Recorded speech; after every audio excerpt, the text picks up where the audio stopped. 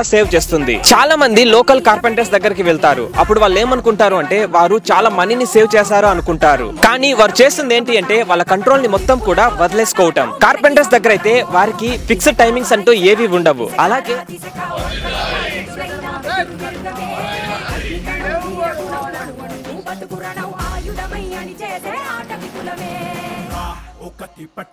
ఎగసిపడే అగ్గి జలం మీద పడే కొండ బిలం దాటగల గుండె బలం మనకి ఓవరం మొరటుతనం మొండి ఘటం ఎరుగమట ఏకపటం నిప్పులతో చెలగాటం మనకి సంబరం అగ్గి శక వాయు శక నీటి శక రాతి శక ఒక్కటిగా ఎదురైన కాబట్టి ఇలాంటి ఫ్యాక్టరీస్ అన్ని కూడా ముందుకొచ్చాయి. అంతేకాదు ఇళ్ల యజమానులకు ఇళ్లకు వారు సేవలు చేస్తూనే ఉన్నారు. వడ్రంగులు లేరంటే అసలు ఇల్లులు గానీ ఇన్ఫ్రాస్ట్రక్చర్ గానీ ఇంటీరియర్స్ అనేవి ఉండేవి కావు. ఈ విషయం అయితే నాకు చాలా బాగా తెలుసు. నా మాట వేరేలా అనిపించి ఎవరికైనా మనసు నొప్పించుంటే ఐఎమ్ రియలీ సారీ.